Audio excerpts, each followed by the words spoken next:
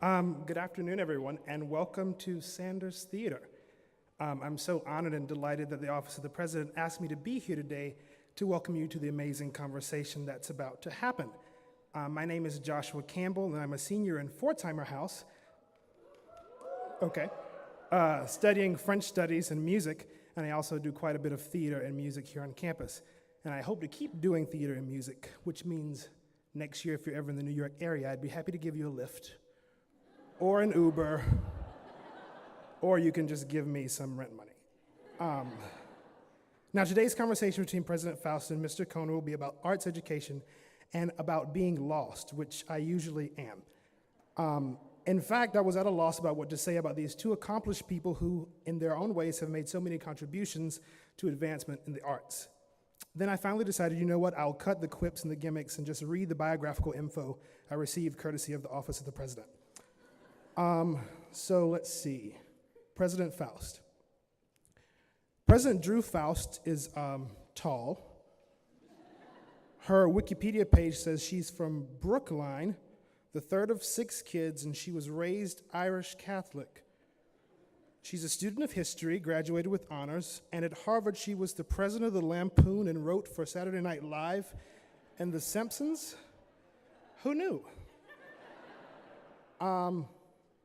And let's see, Conan Christopher O'Brien. Conan is tall. His father, McGee Gilpin, went to Princeton and raised thoroughbred horses. He was a student of history and graduated with honors. He believes that the arts should be an integral part of the cognitive life of the university, and as the 28th president of Harvard University, commissioned a task force. Wait a minute, something's wrong. I think I'm a bit lost. Oh, here's the correct document. Yeah, tall, black hair, brown eyes, training in classical and musical theater techniques, learns choreography easily. Accents include French, British. Wait a second, this is my resume.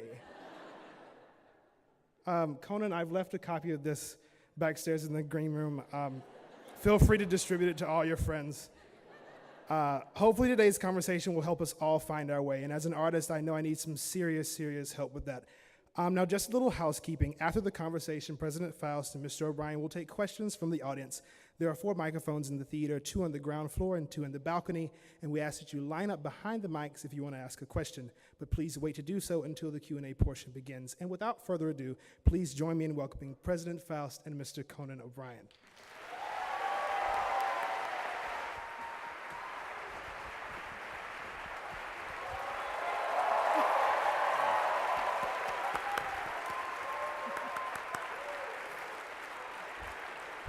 Here? Please sit, that's not necessary.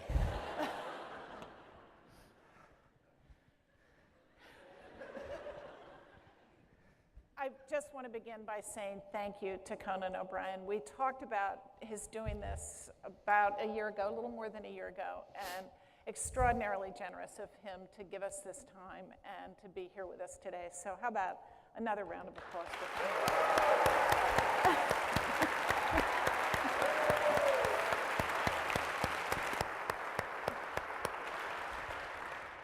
So Conan told me in the green room that the first time he ever performed was on this stage. Really performed, yeah. We So just tell us walked up, about it that. was, I'll take you way back. I do not think, well, you weren't born yet. I think it was 1982, possibly. The Radcliffe Pitches were looking for someone to MC their concert. I was known as a guy who liked to try and be funny. I got a phone call, they asked me would I MC the concert, and I said okay. And I remember very clearly working hard on my material, thinking I need an interesting look, so I went out and I bought a yachting cap. This is all at a used clothing store, I think it was Keezer's. And I came walking out, and I have never been that scared in my life. And I've done a lot of scary things since, but we just walked up through the stairs that I had to climb to come out here and perform for that group in 1982, 83, and I was petrified. So it's really weird to have come full circle, be back here now, and hearing the same silence that I heard then.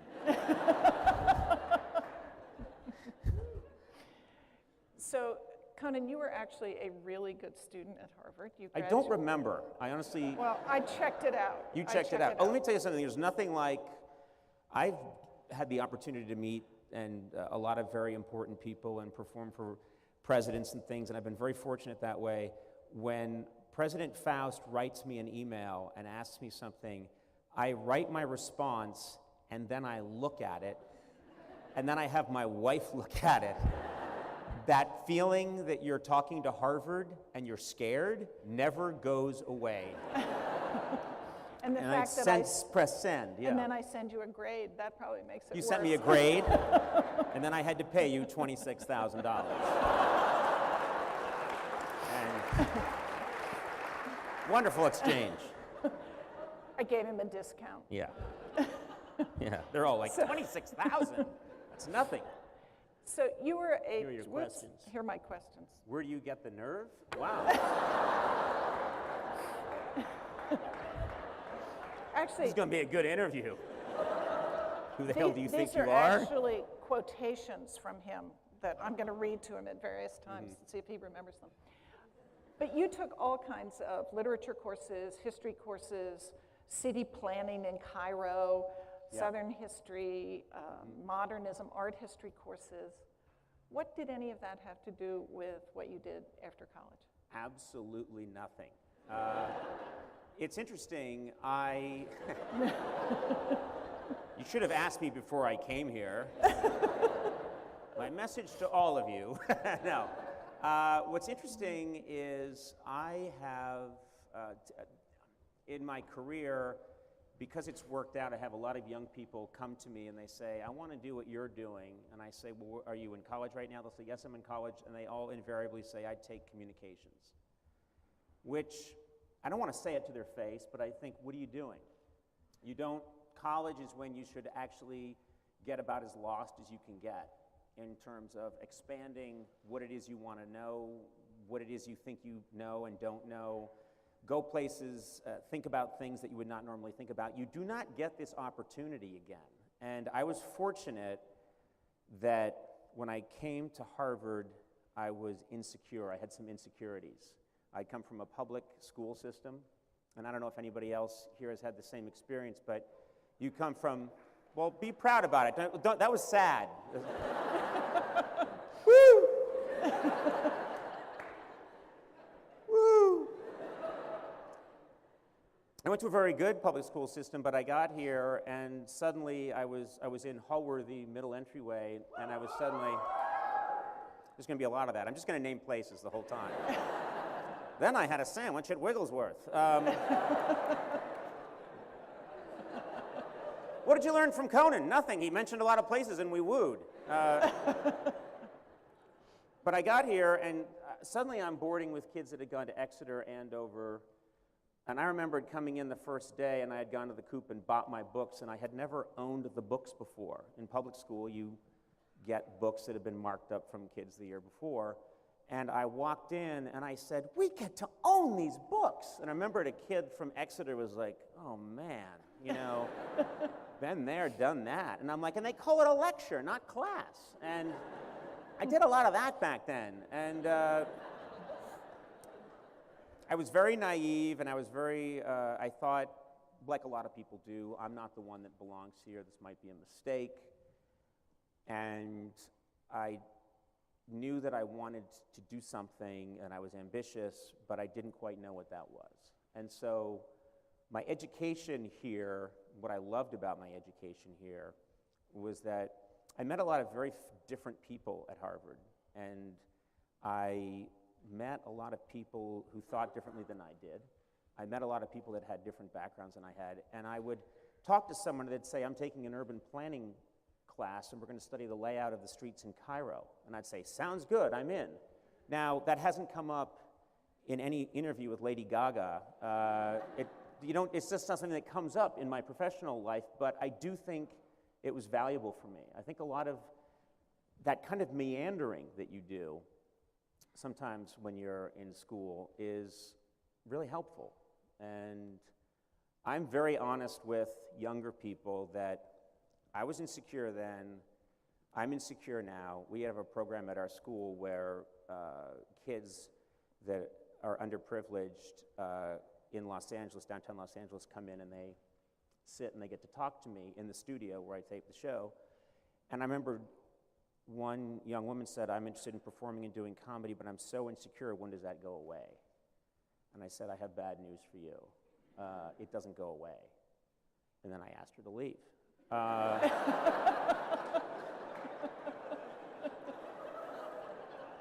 I thought that would help underscore my point. But I spoke here in 2000 and gave a speech, and the message of my speech was to try and tell people, and I'm going to try and get that message out again today. When I was you, and I was sitting here looking at what someone like me, the optical illusion, the optics are that that person has figured it out. And I'm here, and they're here, and nothing could be further from the truth. It's an illusion that people in my situation have figured something out. It is a constant struggle to, you're insecure in the morning, you feel better about yourself at night. Sometimes that switches, and it's the night, you know, you're constantly judging yourself on what you did half an hour ago, and it's this journey that's not always pleasant. I've had plenty of ups and downs, and I try to just let people know that that is what they're in store for, and that's what they should be in store for. So on your application to Harvard, which you probably don't remember. I don't remember any of this, no. Well, this was pre-internet, kids. Mm-hmm. This is back when you typed it, and then you put it in a pneumatic tube. And it was fired to the university, yeah. But you said something that's so consistent with what you just said today, which is you said you wanted to think about everything 3 different ways. Mm-hmm. And that was the definition of a liberal arts education. I just said what I could to get in.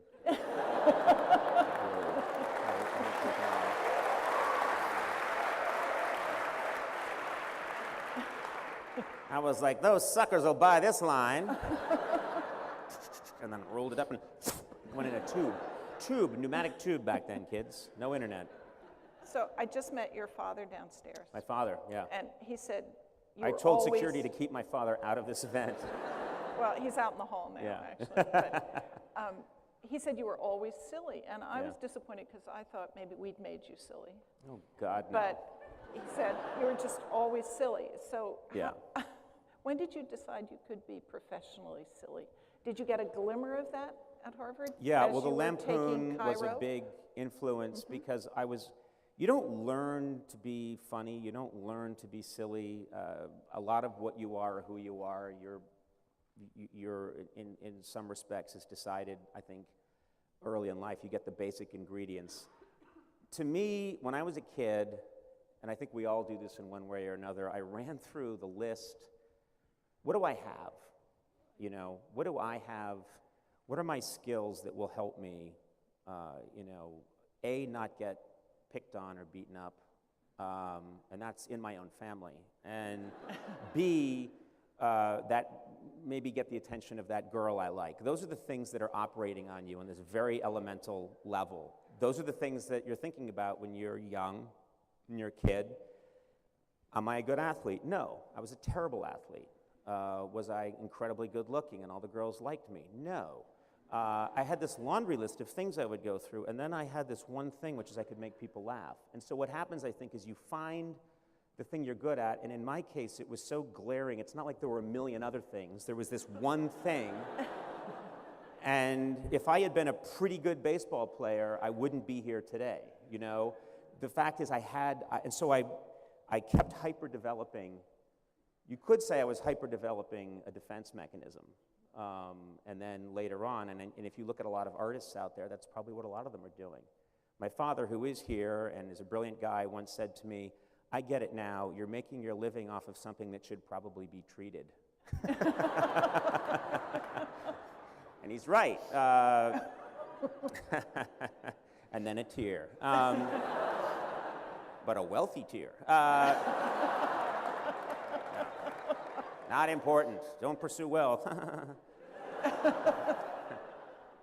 But that is something that I think many of us do in one respect or another is we double down on the thing that we have to offer.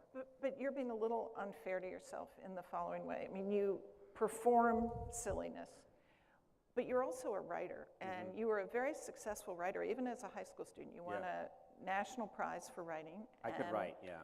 You wrote comedy, obviously, as you moved into the comedy field, but writing was something that you were excellent at. Writing I was very good at, and something that came naturally to me, I would say, and something that I enjoyed, and I enjoyed writing funny things. And in high school, once a year, the school paper would do a silly issue, and they would say, Conan, you're kind of funny, why don't you write for it? And I would write the whole thing, practically. And it felt easy to me, and everything else was a grind. I was very ambitious, and I wanted to do well, and I was a good student, but I had to grind it out. It wasn't a natural pursuit of knowledge. I wasn't loving studying for my math test. I was afraid, and I was memorizing, and it felt very white-knuckle, a lot of my pursuit of academic excellence. And then writing was something that I just enjoyed the process, and I felt like I could make people laugh, I could write well. And when I got to Harvard, many people thought I chose Harvard because of the Lampoon. I really didn't know much about the Lampoon. I didn't know much about it. I never thought you could have a career doing what I do now.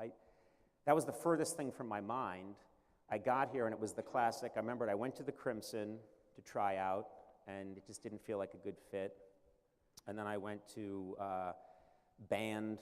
They had a band tryout for the marching band, and yeah, that was a disaster. I could drum, but I couldn't read music, and they kicked me out. And when you can't be one of 95 drummers, that was rough. And I went to the Lampoon, and it was just like falling off a log. Immediately, when you're 18, 22-year-olds are adults. And there were these 21 and 22-year-olds at the Lampoon that said, you're funny, and you have something. And that was a religious moment for me. And so I spent a lot of time working really hard on the Lampoon, and that, by the time I graduated, I remember thinking, I would like to try this for a year or two and see if I could do it. And that's still my attitude, you know. I want to give it just another year and see if I can do it.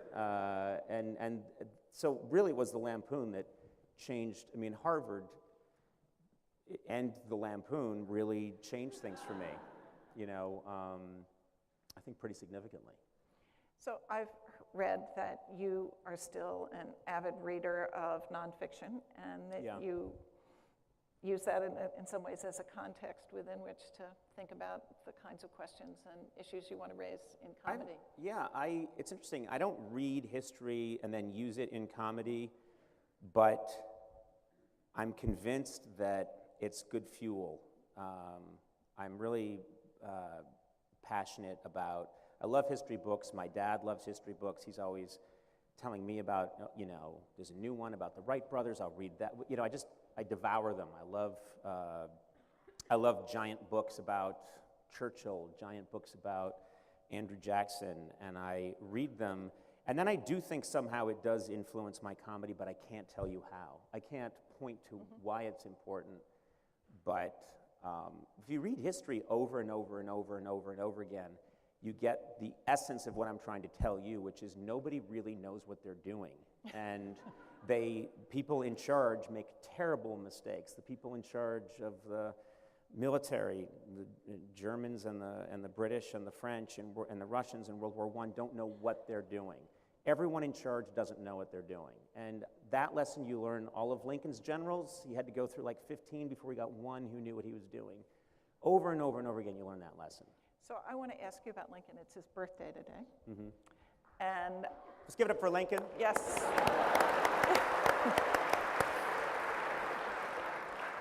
So kids are like, yeah, all right, you know. You've said that Lincoln is my ultimate human being. That's a quote from you. And also our funniest president. Definitely funniest. And I thought those two things may go together. But say a little bit about Lincoln. I don't understand how someone when someone demonstrates that they have a sense of humor, I think it's miraculous. And I think it's what's really lacking in politics, is that no one is allowed to pretty much express what I just expressed, which is that the world is a very complicated place. None of us really know what we're doing, and things can get a little effed up. I watched it. And I think John F. Kennedy was very good because he was very funny and very ironic because he had grown up ill and he had had experience in World War II with how messed up the military was. And so he had this kind of Irish sense that things are a mess. And you could see he had a humorous, wry look and I think it helped him in a lot of situations, even though he didn't get to be president very long. Lincoln had the same thing. I think Lincoln, and I sometimes read some of his quotes, and they're just funny. They're just as funny today as they were then. And he'll describe a general who completely messed up a battle and lost his nerve, and he'll describe him as acting like a duck that had been struck over the head, and he has these great moments where you're reading him and you think he gets it. He's a funny guy, and he's known a lot of pain, but he's able to see the irony in life, and it's very human. To me, nothing's more human than when someone can stand back and relate how silly the world is, really. So that, to me, is why Lincoln, in addition to all his, he's the smartest person of his generation, but he was also a brilliant writer. He wrote the Gettysburg Address. He didn't have 9 guys write different drafts of it and then call around and have pollsters take a look at it and then add a few lines of his own and then give it to a spin room. He wrote that, and that's one of the most beautiful things anybody's ever written. Do you think Lincoln ever thought that he would get this present from Conan O'Brien on his 107th birthday? I think that's pretty terrific. Yeah. He'd be like, who let that Irishman in? They're allowed to speak. So you concentrated mostly in U.S. history. Yeah. That was the I focus. did. I started out in, what I wanted to do early on was do anything I could to not get too specific. So my plan was, there's a major, when I heard there was a major history and literature, I was like, great. Because that's pretty much, and that's blocking out math and science where I'm weak. So when I heard there was a history and literature, I said, that's great. And then when I heard it was possible for me to be history and literature of England and America, I was like, fantastic. Because if you study England, you could also do France. I just wanted to keep it as wide open as possible so that I would be unemployable when I graduated. And I raise that in part because now you're all over the globe with your show and with your performances. We travel, you were in Cuba. And we did a show in Cuba. We did a show in Armenia. I leave tomorrow for South Korea because a Korean, we have some fans in South Korea, and this woman wrote me a letter on her that was hilarious. Her name's Sunny Lee. I think she's 17 years old, and she wrote me a letter, one in English and one in Korean, really long, and the whole letter is, I should be studying for my SAT, but I'm not because all I can do is watch clips of your show on YouTube, and I love it, and all my friends love it, and she's writing it on her SAT practice test instead of taking it. And then she sent it to me with a bunch of very mysterious Korean snacks. I'm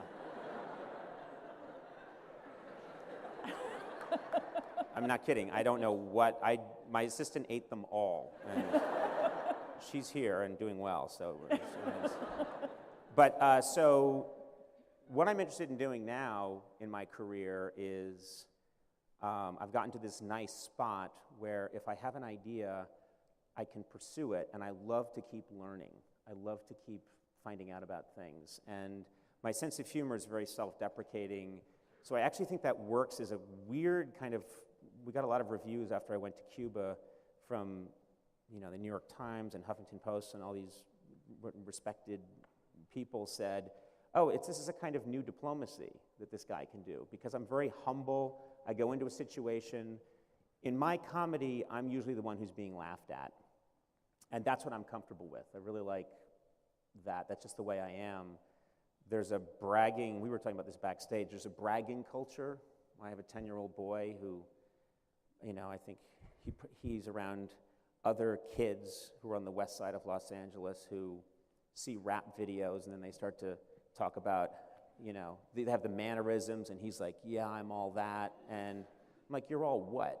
You're, I don't actually say that to him, but I communicate to him that, no, you're not from Compton, and you're not a badass, and you've got a lot to learn. And that bragging culture, I think, is something that I'm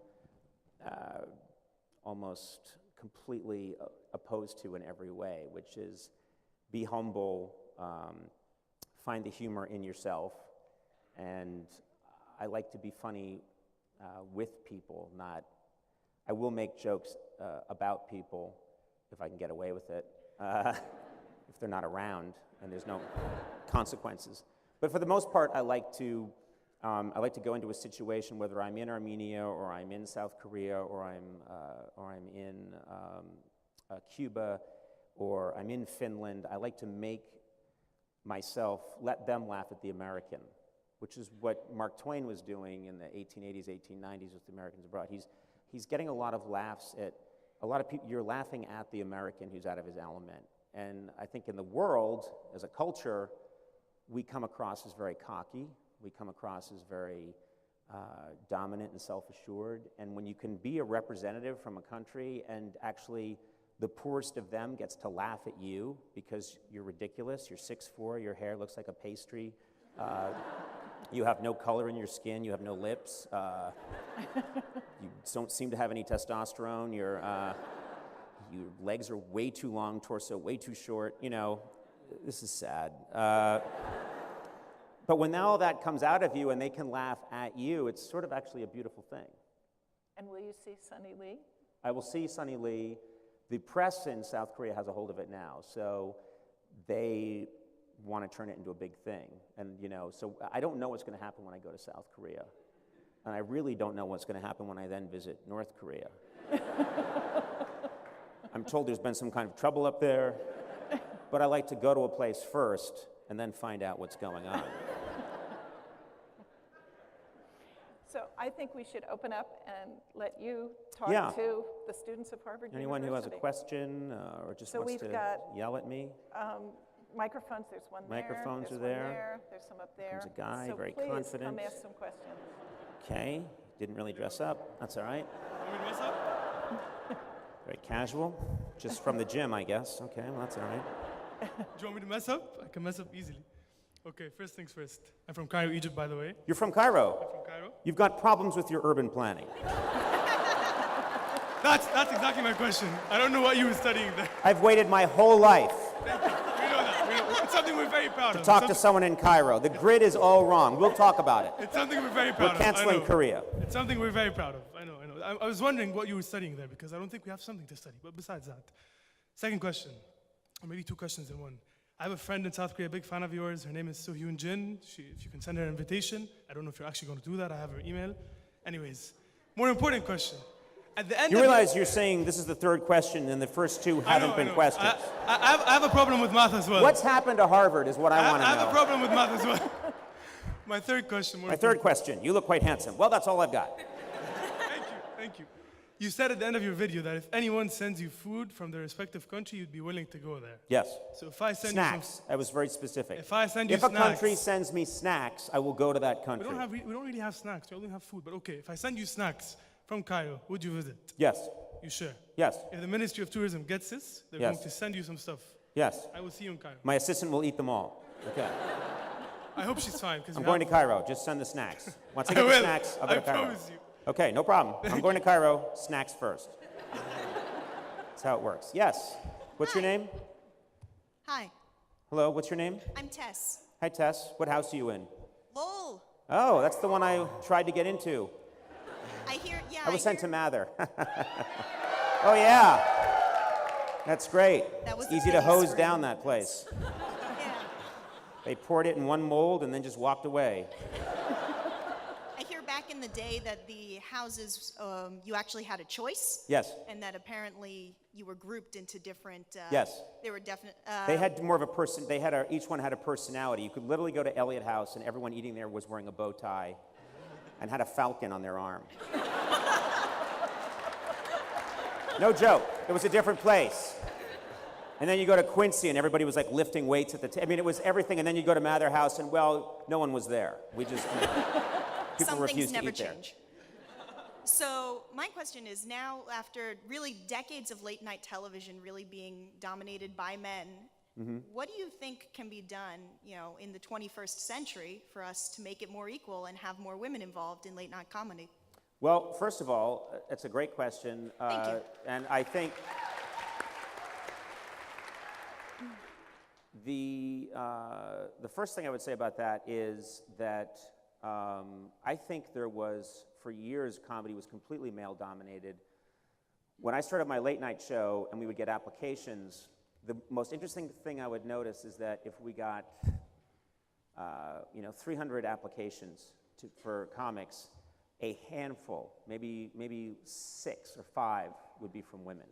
So the ratio of women applying to work in comedy was way out of whack compared to the men applying to work in comedy. I always thought there's probably a really strong social reason, which I saw myself, which is that when guys do something outrageous and funny, people would laugh. When women do it, it's like, hey, settle down. That it was inbred in the culture a little bit, and that there were a lot of women who were less willing to break the barriers and try and be in comedy. Obviously, we live in a world now where, for my money, some of the funniest people on the planet right now are women. They're dominating. It's not just Tina Fey, and it's also Amy Schumer, Amy Poehler.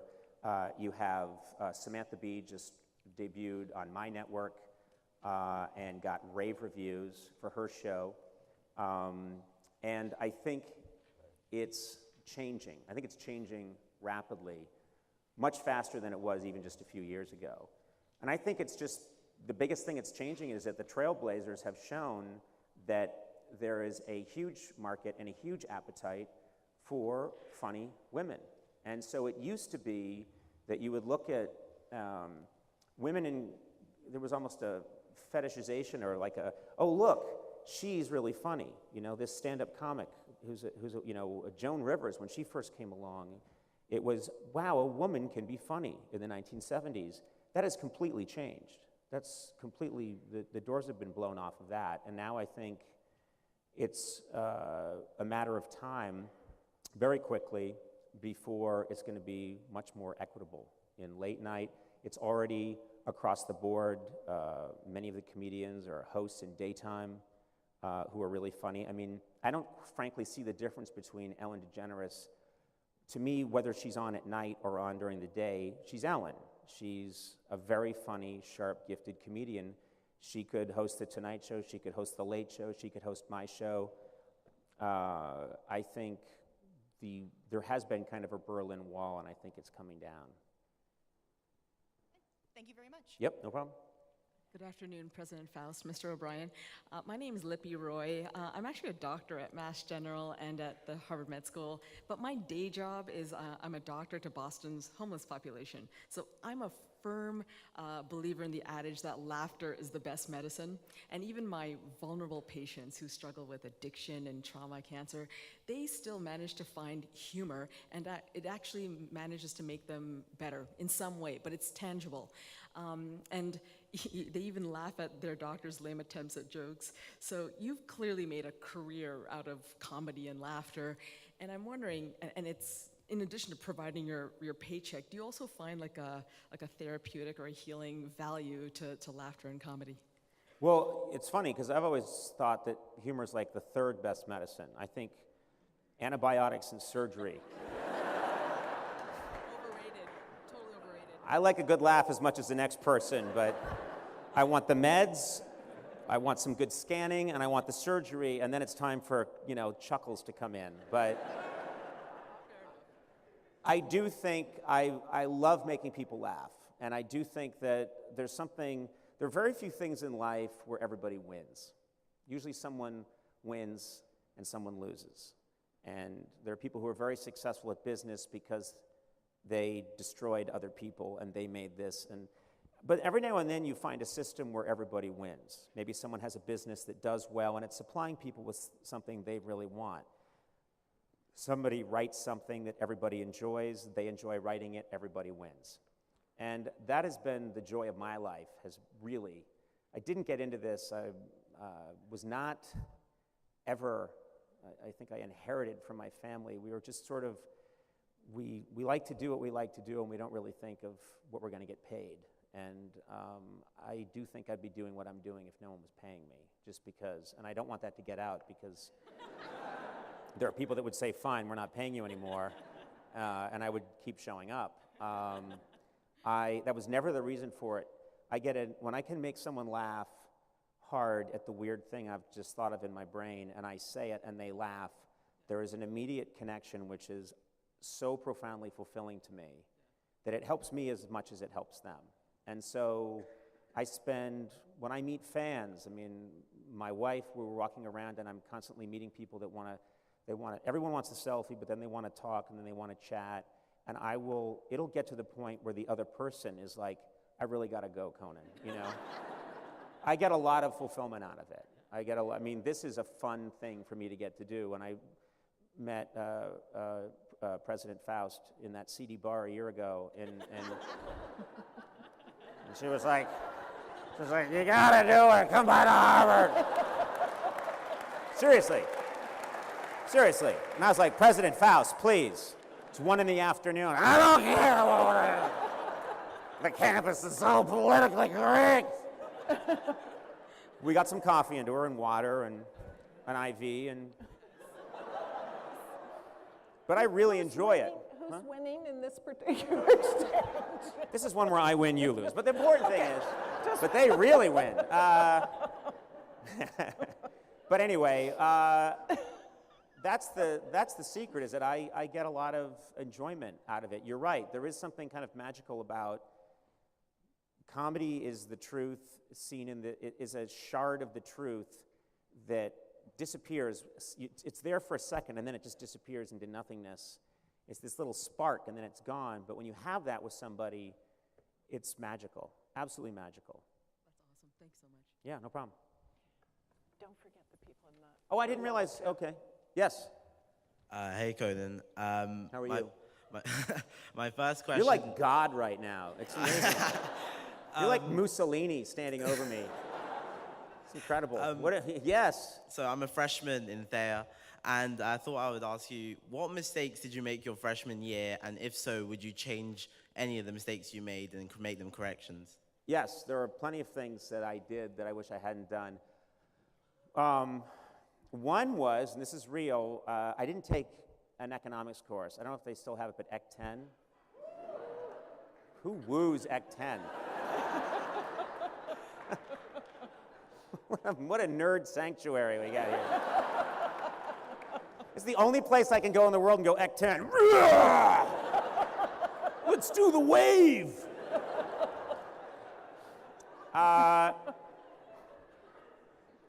I was intimidated, and I thought math is math.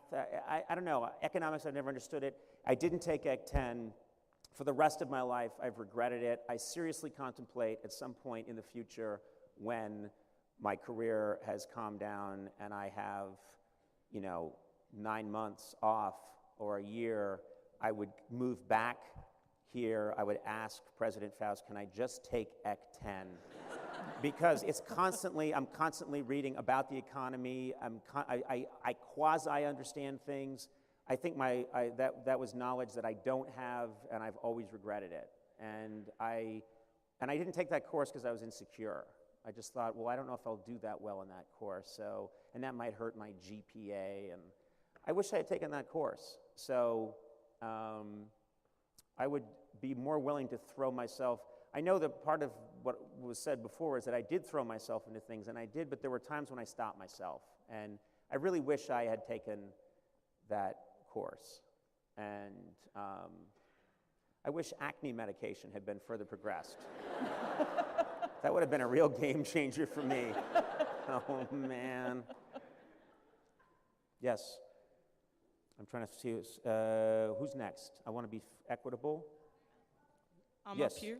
Where? Oh, anyone, Over here. please? Oh, yes, right there. Sorry, there's a light here, so all I see is light, like I'm dying. And then I don't know what's happening. Yes. Hi, Mr. O'Brien. Please my call name's me Dr. O'Brien. Dr. O'Brien. I'm so sorry. I got a doctorate from Dartmouth.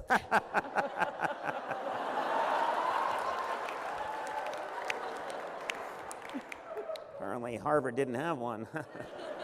Yes, how can I help you? My name's Betty. Hi. I'm a fellow Irish Catholic with a great sense of humor, so I honestly just want to talk to you. But I'm trying to come up with a question on the spot. That's okay, it'll come to you.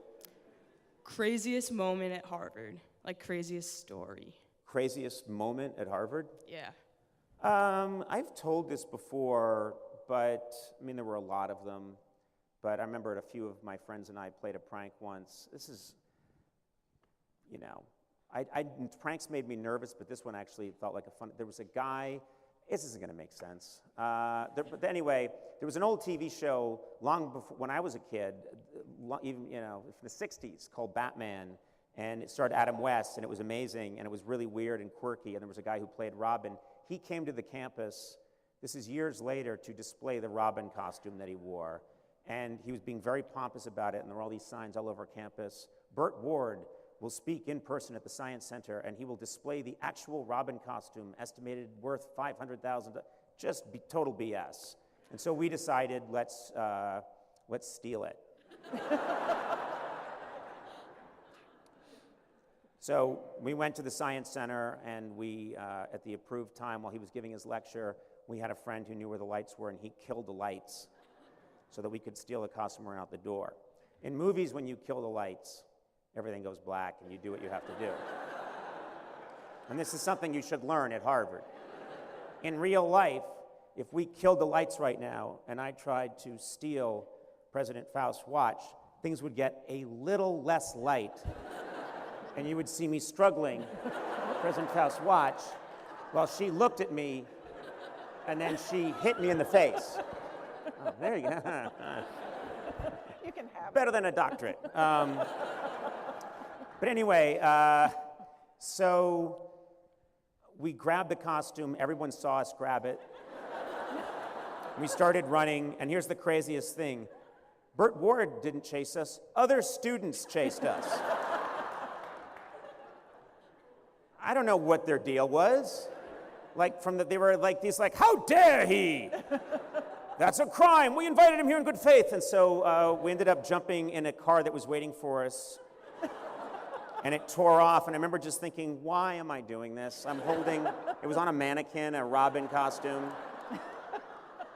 Everyone saw. Conan just ran out in I think either the lights slightly dimmed or we all had a stroke at the same time.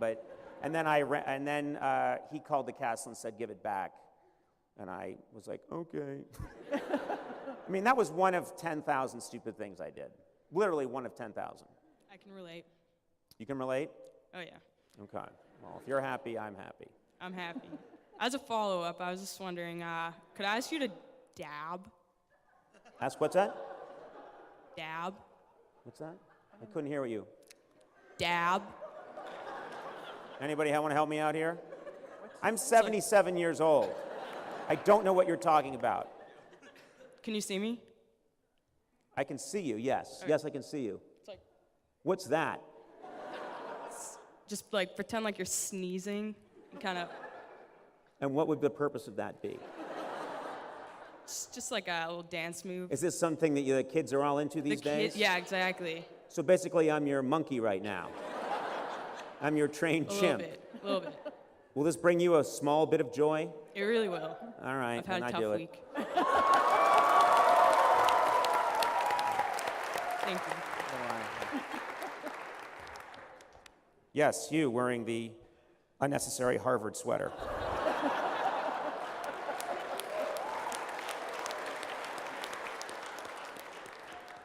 It's a cold day. I from didn't mean to, Texas. I'm just saying. We all know. I was curious, as a 19 or 20 or however old you were, If there was one piece Could of you advice, speak a little closer to the mic? Just If- tilt that mic. It'll tilt up if I know my business. if there was one piece of advice you would tell yourself now to someone who is maybe trying to find their way in the world. I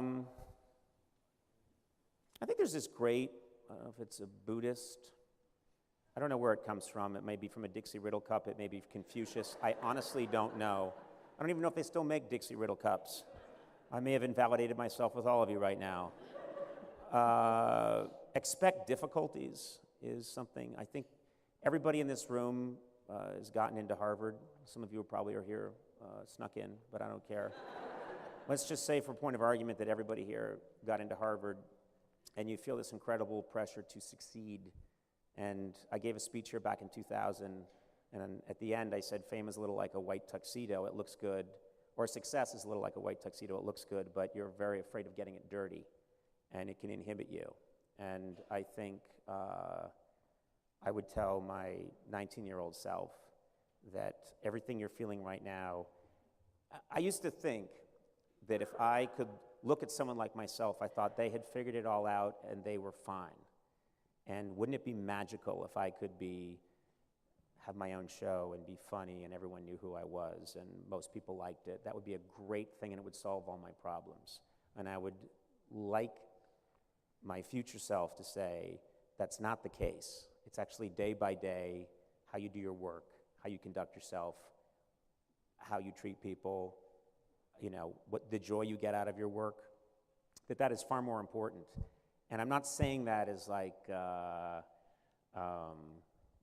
try and take away from, I'm really proud of some of the things I've achieved, but I wish I had not put myself so low on the totem pole when I was 18 or 19 years old and thought that these other people who were sitting up on stage talking knew so much more than me and had happy, problem-free lives, because that's not true, you know?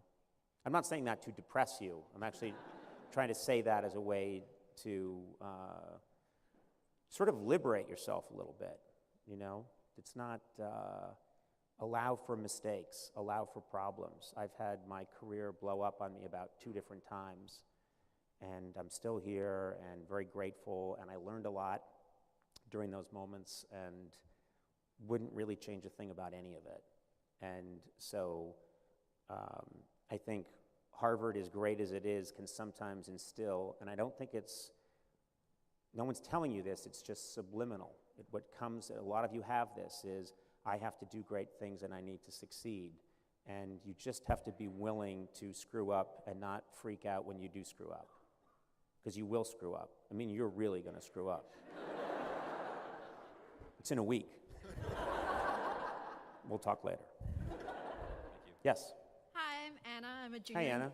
Hi, I'm a junior in Cabot House, and Woo, Cabot. Woo. Can you tell us a little bit about the process of writing your senior thesis here? Oh my, it was, it's another era now. It really is. This dates me.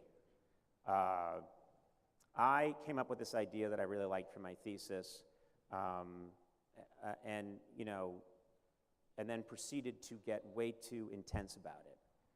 I got very intense about it to the point where I'm not sure, but I think I might have pushed myself a little bit to a nervous breakdown. I really got crazy about my thesis, and worked on it and worked on it and worked on it, and started to, I could tell it was getting convoluted, and then I would panic and I would work on it some more, and then I would feel it was getting more convoluted.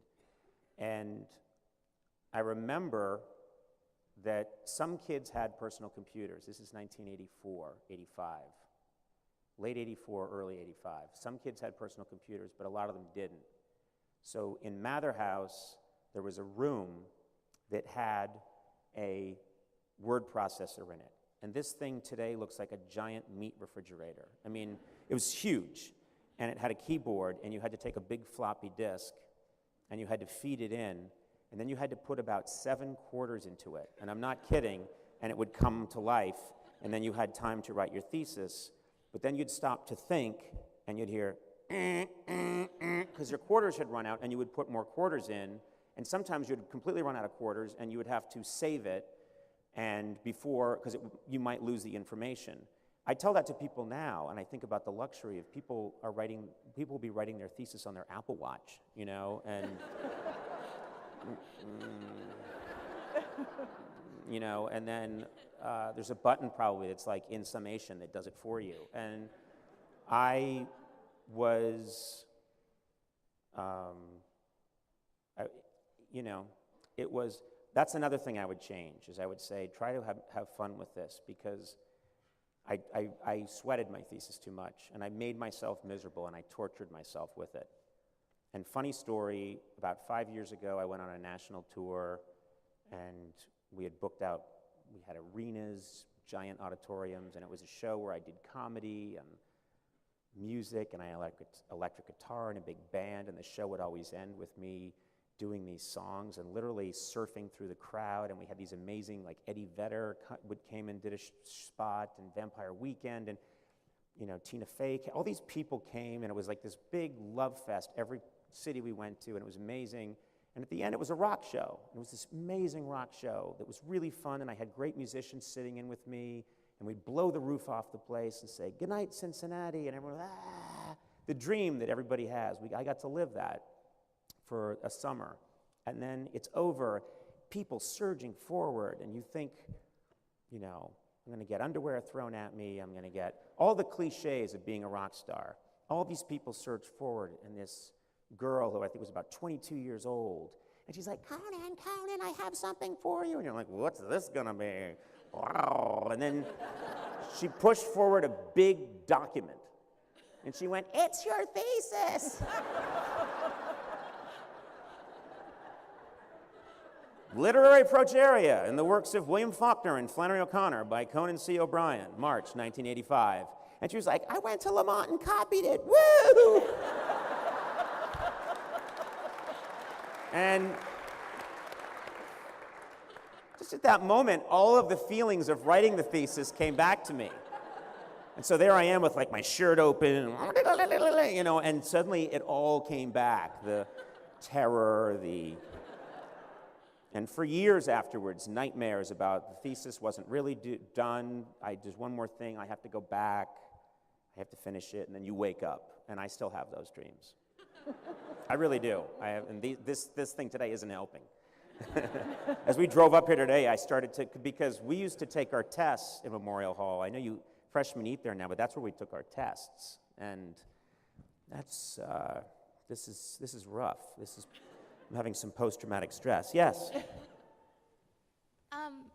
I'm Liana, and I know that everyone's been asking you questions about, you know, like you obviously have a lot of experience in comedy and writing, and you've been very successful. But as a freshman, I'm hoping you can tell me, how do I please get into the Lampoon? Oh. I'm trying so hard. That place changes so much. It's a movable feast, so that I don't know if I could go back if in a weird experiment I could be disguised as an 18-year-old and start submitting stuff under the name, Jet Blaze, because that's a hot name. And I could show up, they might reject me, It's always, the taste might be different. They might not like what I'm doing. I don't know. So I do think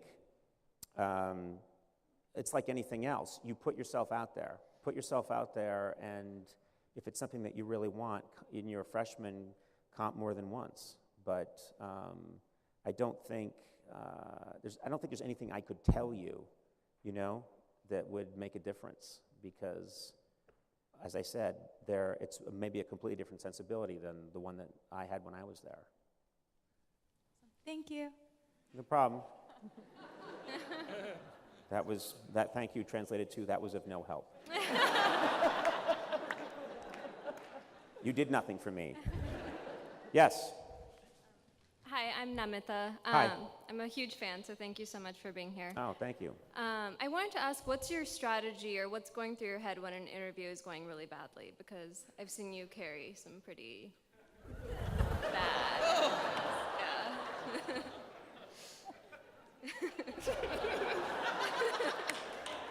It's a compliment to you. I think we're out of time. No. That is my job. You know, it's funny, but I'm actually prouder of those interviews than the ones that just, you know, Will Ferrell comes on. I don't get points for having a funny interview with Will Ferrell. That's Will Ferrell.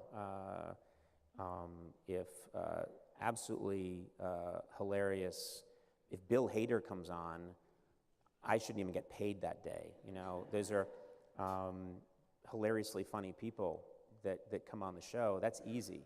I actually feel that I don't get paid to talk to those people. I get paid double to talk to people who, it's a weird situation. We have a format or a culture that wants some people to go out and have conversations, witty conversations, to help promote their project. But sometimes that's the exact antithesis of what it is they do. There are amazing actors who are terrific, and if you put them in a small space, they can give a nuanced performance with very, you know, small movements of their face, and it's beautiful, and they get it just right, and they win Oscars. And then people say, now you got to go promote that movie, get out there and get out with Conan, and you know, and they, whatever. That's the only picture that will come out of this whole event. And they can't do it. And that's when it's my job I always think it's my job to expand or contrast, go high or go low. My job is to make them look good. So we have some people come on. I see people whose hands are trembling out there. And I feel empathy for them, and I want them to be comfortable. So I've had people who've said nothing, and I have filled it in with stories. I have said, that's funny, you exhaled, and that reminds me of the time, and then and then it's over, and I come off, and my producer says, hey, you know, she was pretty funny. She was not funny. That was me. You know, and it's, but that's my job, so thank you for noticing that I try. Thank you so much. Really hard. Yes? Hi, my name is Brian. Before I ask my question, I just want to say I'm from the Harvard School of Rock, and if you want to play with us anytime, you're more than welcome. Thank you very much. What is the Harvard School of Rock? It's a club that plays rock music. At Harvard. I guess you made a fool out of me.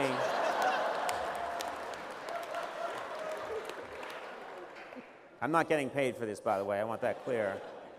Keep abuse on me. Yes. That's a very nice offer. Thank you. Sure. So what I wanted to know, because when you said this earlier, it really made me feel sad. That's what I'm here for. You don't sound like you could get any sadder, by the way.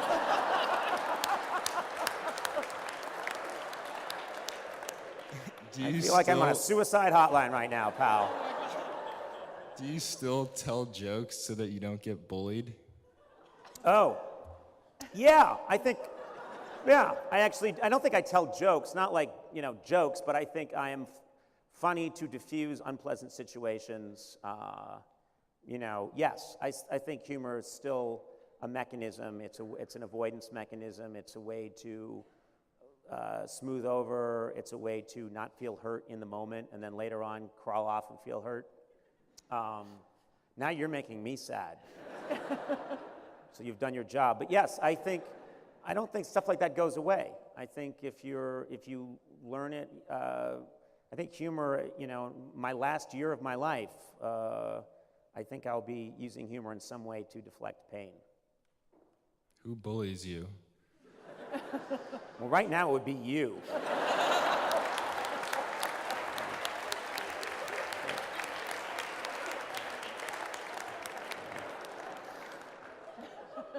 I would keep an eye on that one, by the way.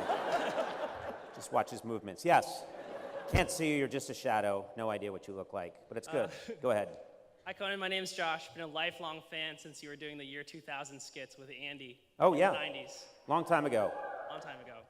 No My one question here, is, there was, yeah, too long ago. I think more than any comedian I know, you incorporate your staff in a lot of your videos and a lot of your sort of behind the scenes. Yes. And I'm wondering, why is it that you derive so much energy from them? It seems like Sona, Jordan Schlansky, and these kinds of people. Why do they bring you so much energy, it seems? Well, first of all, Sona's here, so anyone, yeah. Sona's here in the building. I don't know where she is, okay, she's here somewhere. What's that? Oh, there she is, right there. Sona, stand up, Sona. Let people see you. That's my, stand up. Stand up. There she is.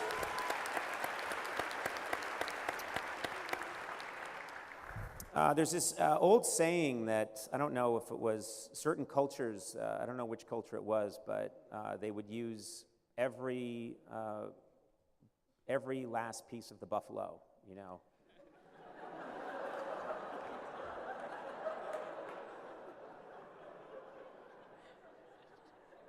Nothing to do with what I'm saying right now. No, but when your job is to look at things in a funny way and you work in an office and you're trapped, we're on a submarine. We're in this, for 23 years I've been in a small space desperately trying to think of funny things with other very creative, crazy people. And what happens is you end up inevitably seeing what's really funny about the people around you, and then you start using them on the show, and sometimes that's the best stuff because it's so real. I can't make up a person. Jordan Schlansky is a production assistant on my show, and I've had people stop me at fast food places, like stop their car and get out of the car while it's still running and grab my arm and say, "Is Jordan real?" He's such a strange, strange fellow. I couldn't make him up. I couldn't make Sona up. You can't make, these are real people, and they're endlessly funny and great, and so why not put them on television? Yes.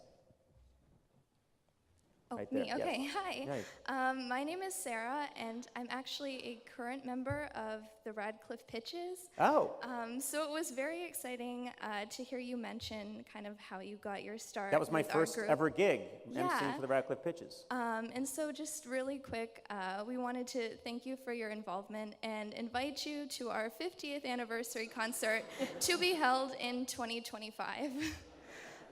Yeah, we're just giving you a lot of time.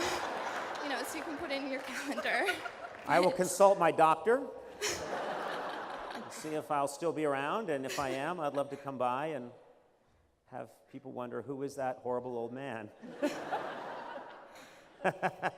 Thank you. Thanks. Yes, if I'm around and if people still care, I'll come by. Awesome. They might just be wheeling out a brain in a jar. Hello, everybody. Yes. Hi. Oh my God. I'm Lola. Hi, Lola. Hello. What's up? You should come see the Hasty Pudding show. It's not in 2025. It's like now. And my question is. Hasty Pudding. Come on. Come on. It's called That 1770s Show. And my question is, what is the stupidest thing you did when you were younger, like high school, elementary school? Oh, this is terrible. This has become an embarrassing game show. I really, I don't know. That one I'd have to get back to you on. I don't know. That's just like, what's your favorite sandwich? How many sandwiches have you had? I've done so many stupid things. It's very hard for me to think of what was a really stupid thing I did that long ago. Or recently. You just want me to embarrass myself here. I honestly, I'd have to think about that and get back to you. I don't have a right off the top of my head answer for stupidest thing I've done. That's really, a lot of things are fighting it out in my memory. Thank you. Yeah, good luck with which is it? Hasty Pudding, yes. Good luck with that. That's where they do puns. Yes? Thank you, first of all, for coming. I'm not going to promote anything, so that's good. You're not going to promote anything? No. But also, so what's it say on your shirt? As a young artist here, I know that me, myself, and a lot of the other artists that I know have a struggle with being here, and maybe the pressure comes from home, maybe the pressure just comes from other people, but wanting to go into entertainment or some sort of creative realm, I think, we feel a lot of the time a lot of pressure from people because we're at this place where we could do all these grandiose things that seem so much more quote-unquote important than doing whatever we want to do creatively as artists. Did you ever feel that kind of pressure, and what would you say to those kinds of people? I wrote a piece for Vanity Fair. You could probably look it up that I was really proud of. It was for their comedy issue I went about 3 years ago. I wrote a piece that I really was proud of that was about an apocalyptic tale of the future where everyone starts taking improv classes and it spreads. And then farmers stop farming because they're too busy doing snarky sketches about farming and emailing them to each other. And then the whole system breaks down. And there are like wolves wandering the streets, and everyone's in a basement doing a snarky podcast, and there's no supply of food. And it was me, just because I have wondered about that. Think that you want to balance it out. I sometimes wonder, we don't want all of our best and brightest to be coming up with funny ideas for sketches, but I think those things sort themselves out. I really do. I think that people that are meant to be doing it end up doing it, and people end up finding what it is they're here to do, and they do it as long as they're honest with themselves. So I don't think that's a big concern. I never thought myself I would be of more use, at the Pentagon or in medical research or as a lawyer. I think I'm of more use doing what I'm doing. And so I've never had that on my mind, on my conscience. I really think this is something I can do, and it's a way that I can help. But the rest of it gets sorted out. I really believe that. I think people figure it out. People start out maybe thinking they want to do comedy. They try it for a bit. If they're not meant to do it, that becomes clear, and then they end up discovering the cure for cancer, and then they get into comedy. Yeah. Yes? Hey, Conan. I'm Nick. I'm a freshman in math. Hey. Huge fan. My question is, you addressed the pressure of kind of being here, and when you consider, the job market is, kind of getting smaller and how we're all, kind of sort of in competition with each other for, the future, what would you suggest to, someone young who's trying to make a name for himself or distinguish himself amongst so many? Make a name for yourself in what field? Well, I'm in econ, so I can't really do that. But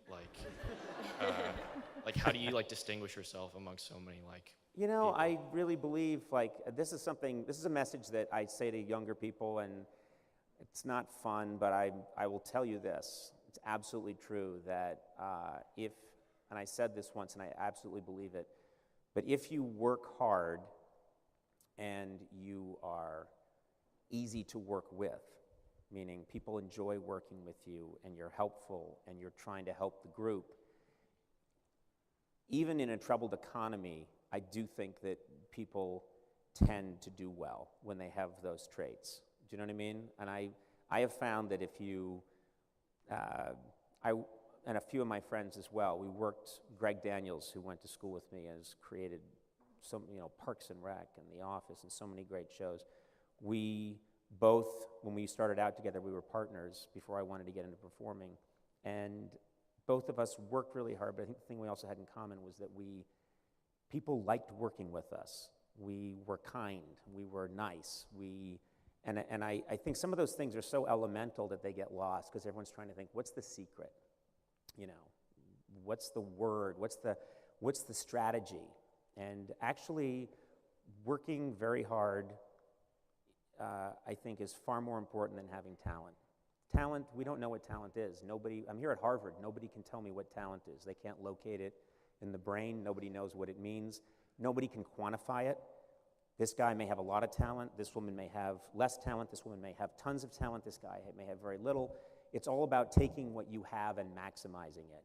And you do that two different ways. It's working really hard, and it's also, in my opinion, and it's a terrible word, but karma. There is something to being a good person, being a nice person, trying to work with people, help them, be a good partner.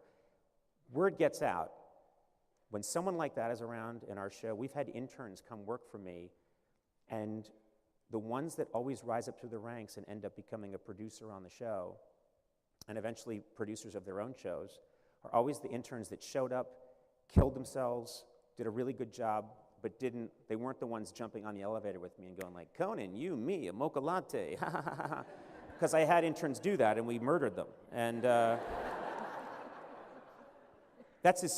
do think those are the essentials. There's no secret. it really is, if I had to say it's two things, it's working really hard and being easy to work with and kind. You put those two things together, and in any economy, sadly, you'll be a rarity. Yes? Hey, I was wondering what effect you think the era of sort of having increased sensitivity to how other people feel has on comedy, and like what, if anything, do you think is too far or too offensive to say? I don't know. I've heard people like Jerry Seinfeld said, well, I don't want to play college campuses anymore because they're too sensitive. I haven't had that experience. I don't know. We are living in an era, obviously, where it's quite clear on a lot of campuses people are hypersensitive to about certain issues, and some of that's to the good, some of that may not be. I honestly don't know. I know that a lot of comedy is feeling out the environment that you're in and responding to it. None of this is scripted today. It's just a conversation, and I didn't come in here with a set agenda of this is what I'm going to do, and this is what I'm going to say, and this is where I think there'll be a laugh. So to some degree, I'm playing off of the people in this room and trying to be sensitive in that way. I think there probably are comics now that would come in here and do a bunch of material that may be not sensitive to that situation. So sometimes as just an observer, you can feel when you're watching that certain speakers can't go to a college and speak. That troubles me, because I think that goes counter to what a liberal arts education's about. I think, pretty much, I think students should still be listening to anybody, even if they don't like what that person has to say. That's me personally, but. Well, thank you. Okay. Yeah. You? Who? Next? Someone? Yes. Hi. Oh, wow. Hi, Conan. I'm Connie. I'm a senior in Leverett. I've watched your 2011 commencement address at Dartmouth maybe 30 times all the way through. It's one of my favorite things ever. It definitely picks me up when I'm in a bad mood. But incidentally, you actually said, you ended it by saying, if you work hard and are kind, amazing things will happen. And I carry that with me every day. So I'm wondering if there are any quotes from your heroes that you carry with yourself. I couldn't hear the last Any part. quotes from your heroes that you carry with yourself throughout your career? Well, that earlier one, expect difficulty, I always think about that. That's the kind of person I am. I always think trouble's about to hit. And so I don't know that I recommend that way of going through life. In terms of quotes from heroes, I'm terrible at remembering quotes. I'm terrible at remembering jokes. I can remember the jokes that I have to tell on one given night, but I can't remember them soon after. My brain is an Etch-a-Sketch. I come up with what I have to come up with for a 24-hour period, and then I go to sleep and I shake it, and it's completely blank. I'm not quite sure who I am right now. So I don't know that there's one quote that I could tell you that would blow you away. Thanks. Yeah, like Nike, just go for it or whatever. Is that still a thing? I don't know. Yeah. Hi, I'm Sylvia. So, you talked a lot about checking the list down and then finding that one thing that you have and just kind of knowing if it's something that you're meant to do. But did you ever feel sometimes that maybe you had that one thing wrong, and what did you do when you felt like you were forcing it to get through it? We're talking about 4 minutes ago. Yeah. I think everybody has that. That's just having you're not human if you're not questioning. I go through periods of time where I think, okay, I don't know if this is what I'm supposed to be doing anymore. Have I done this enough? What's the next thing? You can have 3 shows in a row where it didn't really go your way, and then you start to, out of whatever I've done in my lifetime, 3,600 hours of television or something, you can have 3 in a row that don't go well, and you start to seriously contemplate, what am I doing? I think that's everybody. I think there's an illusion that you will learn here, and then you will go on, and this is something I talked to President Faust about, which is that your education is ongoing. Your education never stops if you treat it the right way. This is teaching you kind of how, here you're going to learn how to think, you're going to meet a lot of interesting people, and then it's up to you to keep educating yourself and keep trying and keep making decisions and saying, all right, that worked. I don't know if I can do this anymore. This was a huge disappointment. Oh my God, I struck oil. This is amazing. I don't know anymore. I mean, that is the process. I'm a lot older than you, and I still in many ways can relate to the 18-year-old Conan that was here in this theater and felt that way. And I still, in a lot of ways, feel that way. I just, you know, have my own, I have a few credit cards now that are my own. They're not my parents. And that's the only, I still have one of my parents, which I use a lot. But they don't know. But that is something that I truly believe is that that is a process. That's almost like that's the news that I'm here to tell you, is that you nurture that feeling of insecurity, of being lost, of not being sure. That's a healthy sign. That's a sign that you're on your way. Whenever you think, you know, my son, who I talk about from time to time, he's 10 years old, every now and then I'll come into the house and he's got his hands back like this. And he's just like that, and he's got a big smile on his face, and I'll think, I've never, ever in my whole life gone, yep, clear sailing, here we come. And he's 10, he's just that way. He's just like, what's gonna happen? It's all gonna be good. And I think, that kid needs a beating. Yeah.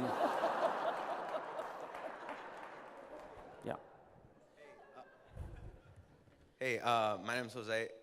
So I just want to ask you, you have a lot of, you know, very funny people on your show. Do you ever get that same feeling that I'm sure most of us got when we first saw you anymore? Or has that, like, you know, gone away with time? No, definitely. I know exactly what you're talking about, which is when someone comes on and they're young, and there was a Scottish comedian we had on starting about a year and a half ago named Daniel Sloss, I think, and he's from Scotland, and he's just hilarious, and I react to him the way I did to Louis C.K. Louis C.K. was, I think, the second writer I hired back in 1993. And one of the things we did together, actually, is because Louis was from the Boston area, I once came back here to Cambridge, and he came with me. This is when my show had been on for about a year, and it was struggling. And Louis and I just hung out in Harvard Square. And no one knew Louis. You know, people knew me, but they were like, I don't know if that guy's going to make it. And Louis now is like this demigod. And I get as excited today seeing young people come on the show, and you know, Kevin Hart, doing things with Kevin Hart. He just really makes me laugh. He's an amazing improv partner. And when I first met him, he was, you know, his career wasn't where it is now, but he's I could tell he's got such great comedic energy. He's so funny, and he really is that guy. If Kevin Hart was here right now, he'd be like, what's your name? You know, what do you do? Da, da, da. And he'd make something funny happen. And it's sweet, it's nice, it comes from a good place. So I'm as excited today to meet young, talented people, young, funny people, to see a young, funny show. There's a show called Man Seeking Woman, comedy sketch show. That's hilarious. I see little things here and there, Last Man on Earth, Bill Hader. I see young people doing really funny stuff, and I'm so excited that it keeps you young. Makes me feel like if I'd seen them when I was 19, I'd be as excited as I am right now. Thank you very much. Yep. President Faust and Mr. O'Brien, this is your upper right. Thank you for doing this. What time does our plane depart? This is just what it sounded like. Currently a fellow at the Kennedy School, and learning the things that you would think people would learn at the Kennedy School. One thing I've been very surprised at, however, are how these military and political leaders who are center stage and running our world and protecting us have all said of the importance of balance in life, and they sort of talk about Erik Erikson and how the richest and fullest lives attempt to achieve an inner balance between work, love, and play. You are at the top of your game, you are at the top of your field, so I just wonder if you could comment or if you had any thoughts or advice. Sure. About balance, is that what you were saying? Just about How, when you're someone who is so accomplished and so driven, how do you achieve balance in your life? Well, I lucked out that I made, I think, I'm not just saying this because my dad's here, but I had very good parents who gave me, and a couple of things. I had very good parents, and I come from a really good family, and then I was very fortunate. I didn't become a famous person until I was 30. I think fame is a drug. I think it's a toxic drug. I would be willing to talk to the New England Journal of Medicine about fame. I'm serious, this isn't a joke. I think if you look at people like Michael Jackson, they were little kids that were exposed to a massive amount of fame. And that happens over and over and over again. I was very fortunate. I came from a really strong background. I had a strong identity. I had a strong set of moral values. And then I didn't get bombarded until I was 30. And when I was 30, overnight, people started knowing who I was, following me on the street, asking me. They didn't have selfies then, but for signature or whatever. And things getting weird. And I had the strength to be able to handle it. And when I would come home to my family, they would say, empty the dishwasher. And I would say, you can't talk to me that way. And then I would empty the dishwasher. And that is, I think, been of a huge value to me. I think we got a tricky thing that's happening right now where people can become very well known because of the internet at a very young age. And I think it's not going to go well for a lot of those people. I worry about very young people getting exposed to, we're supposed to have gravity act upon us. We're supposed to. That's what keeps us healthy. You know, I have this analogy that I came up with once, and I think it's actually valid, which is they sent in the 60s, the Russians couldn't beat us in getting to the moon, or the 70s, but what they decided they could beat us at is amount of time in space. So they would keep Russian astronauts in space for like a year at a time, and then bring them, and they would land on the Russian steppes, not in the water. They would land there, and they would take them out, and they were like jellyfish. And they would lay them in a chair, and they would do a news conference, and they couldn't move. And they were just jellyfish. And that's when people found out, scientists realized that we need gravity to stack the molecules in our bones. That's what actually gives us strength, is the gravity that, and when you take it away from us, we become freaks. I think that's what fame is. I really do. I'm not doing it. I honestly believe that fame is removing gravity from people and allowing outrageous behavior. And you're going to see it a lot. You're going to see it with some of your classmates who do well, who become famous or rich. I see rich people all the time. Gravity has been removed, and they've become less than human. They're not nice. They're outrageous. They're ridiculous. And that's where you get these absurd people that are all over our culture right now that behave crazily and then say insane things and tweet out insane things because nobody's around there. There's no gravity acting on them. It's actually not even their fault. So I think for me personally, I was very fortunate to come from the place I came from, and because I came from that, I chose a partner, my wife, who's like, you know, I've been married 14 years, I've known her 16 years, and she's just, you know, that's great. That's great that you had that great day at work. Okay, now, we got to talk about the parent-teacher conference tomorrow, you know? And it's not, oh my God, you got to, you know, ride a bicycle with Ryan Gosling today? What, you know, oh my God. She's just like, that's what you did at work. Here's what I did at work, and now let's talk about the parent-teacher conference. And I keep saying, hey, Ryan Gosling. And she's like, I don't care. And I have kids, and I'm in a real world where people get mad at me, people are disappointed in me, I have to apologize. I think that's the biggest element, and I think we get in trouble when people in power have no gravity acting on them.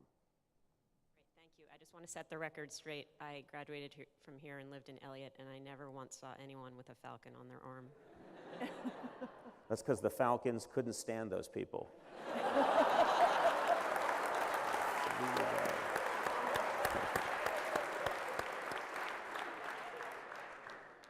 So one more. What's that? One more. One more? I'm being told we have time for one more. Yes.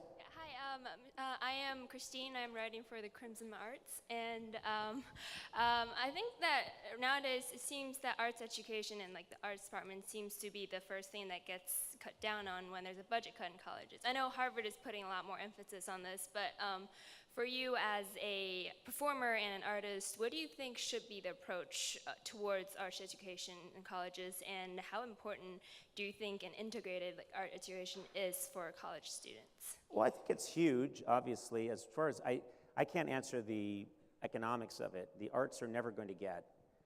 The arts, have never had the financial backing that industry is going to get.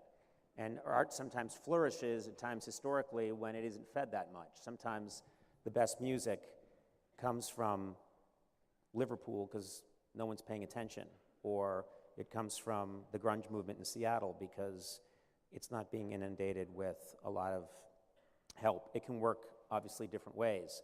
I don't know, I obviously think Harvard's always going to have a great arts program, and it's always going to be important. I want my kids, they're really interested in the arts. I want them to, they're very interested in acting. My daughter's really interested in singing. I want to encourage that, but I really want to encourage them to get a real education. And my message to her is, look, when you're 22, if you want to try and be part of an all-girl group, I can't stop you. But until then, you're going to learn what you need to know. And so, I do think it has to be in balance. So I think, obviously, it has to be a part of the Harvard education, but I would be worried if either one of my children spent all 4 years only studying dance, voice, things like that. I would really want them to get the kind of education I had. So, any final words? You've been disappointing. No, they're like, it's true. You're very self-hating. No. Just thanks. This was a treat for me. President Faust and I have been trying to figure out when this could happen for about a year. And like I said, if you encounter me in the real world, please, I encourage you to come up to me and say, I was at Harvard, you spoke, and tell me how you're doing, because I do really like to connect. I enjoy that, and I think you're an incredibly impressive group of people, and I hope one of you hires me someday. I mean that. You think you're here to look for a job. That's what I'm thinking is I see a sea of people that will be in control of the world when I have trouble walking, and I just ask you to be nice to me. That's all I ask. Thank you so much. Thank you.